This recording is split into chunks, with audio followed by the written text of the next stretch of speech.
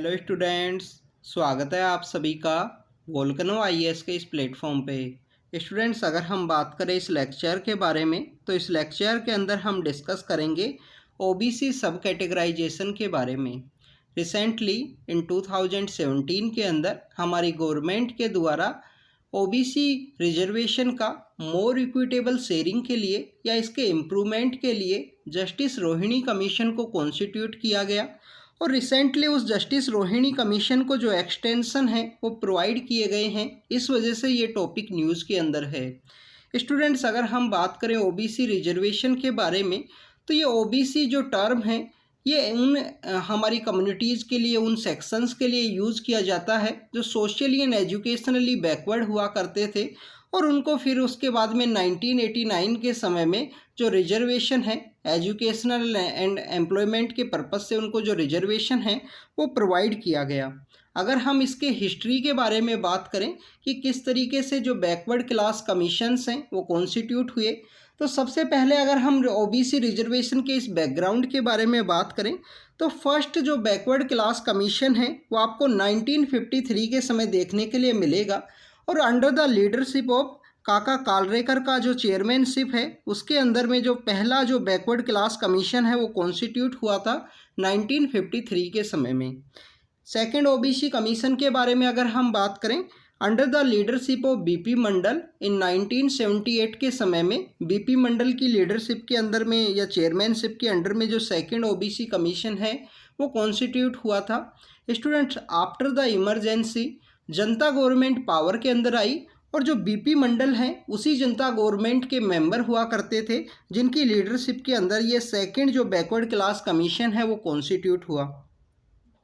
इन्हीं बीपी मंडल की जो रिकमेंडेशंस हैं कि जो 27% रिजर्वेशन है इन ऐसी जो socially and educationally backward classes हैं उनको प्रोवाइड करने के रिगार्डिंग में, तो ये जो 27% रिजर्वेशन है अंडर द आर्टिकल 16 का जो क्लोज 4 है उसके थ्रू ये रिजर्वेशन है वो यहाँ पे प्रोवाइड किया गया है।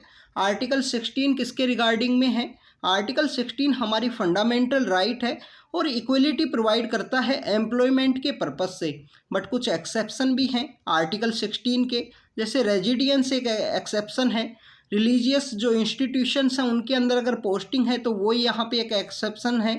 तो स्टूडेंट्स, ये बेसिकली कुछ एक्सेप्शंस है आर्टिकल 16 के और आर्टिकल 16 जो इक्वलिटी प्रोवाइड करता है हमारे यहाँ पे एम्प्लॉयमेंट के पर्पस से। अगर हम बात करें रिजर्वेशन के बारे में तो 27% जो रिजर्वेशन रिकमेंड किया गया था under the chairmanship of B P Mandal commission की जो रिकमेंडेशंस के अकॉर्डिंग में था, तो इस 27% रिजर्वेशन का जो इम्प्लीमेंटेशन है वो आपको 1989 के समय में वीपी सिंह गवर्नमेंट उस समय पावर के अंदर हुआ करती थी, उनके द्वारा इस 27% रिजर्वेशन को इम्प्लीमेंट किया गया। उसी समय ही हमारे कंट्री के अंदर एक टर्म है वो वहाँ पे इनिशिएट होता है। टर्म वहाँ पे कमंडल वर्सेज मंडल का जो पॉलिटिकल टर्म है वो वहाँ पे राइज होता है उसी समय में।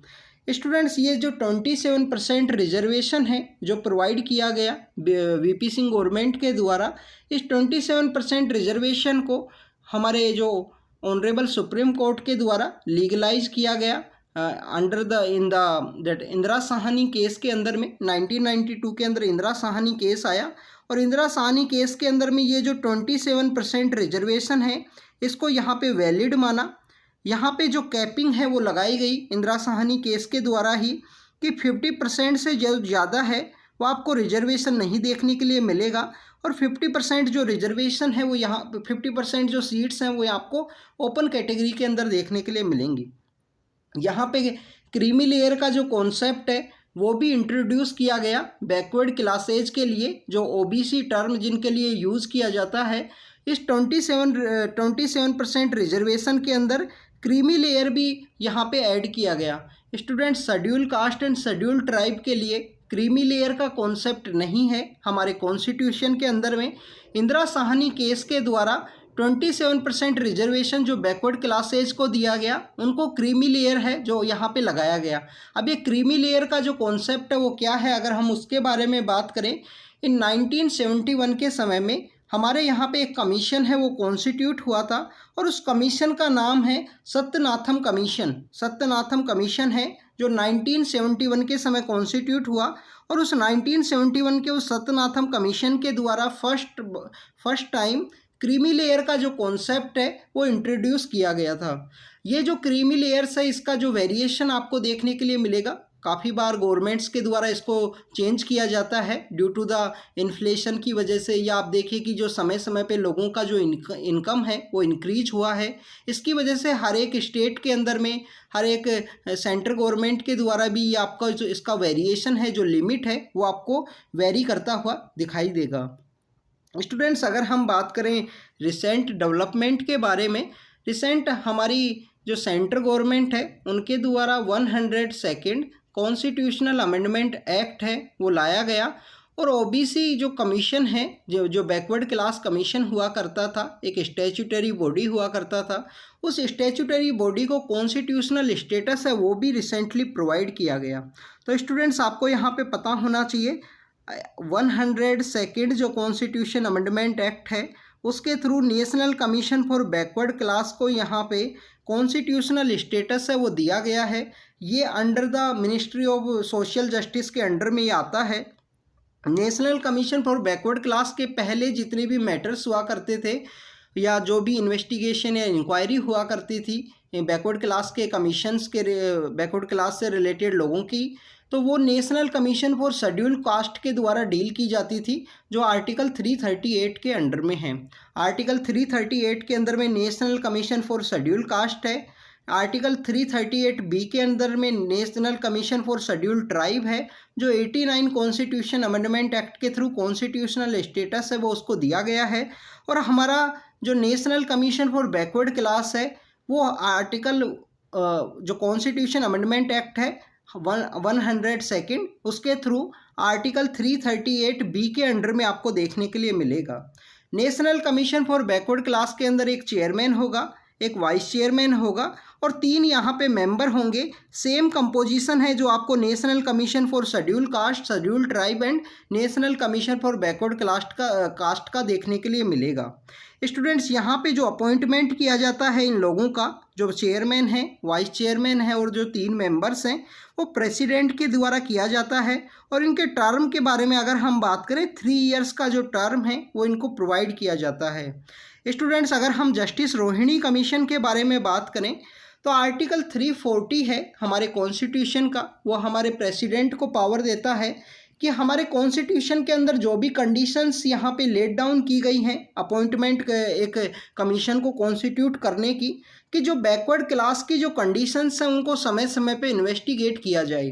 रिसेंटली हमारी गवर्नमेंट के द्वारा जस्टिस रोहिणी कमीशन को अंडर द आर्टिकल 340 के अंडर में कॉन्स्टिट्यूट किया गया, और इस जस्टिस रोहिणी कमीशन का मेन मोटिव यही है कि यहाँ पे ओबीसी रिजर्वेशन का जो सब कैटेगराइजेशन है वो किया जा सके, जिससे कि सभी लोगों को, ऐसी कम्युनिटीज़ जिनका प्रॉपर रिप्रेजेंटेशन नहीं है, उनको प्रॉपर रिप्रेजेंटेशन है वो यहाँ पे प्रोवाइड किया जा सके।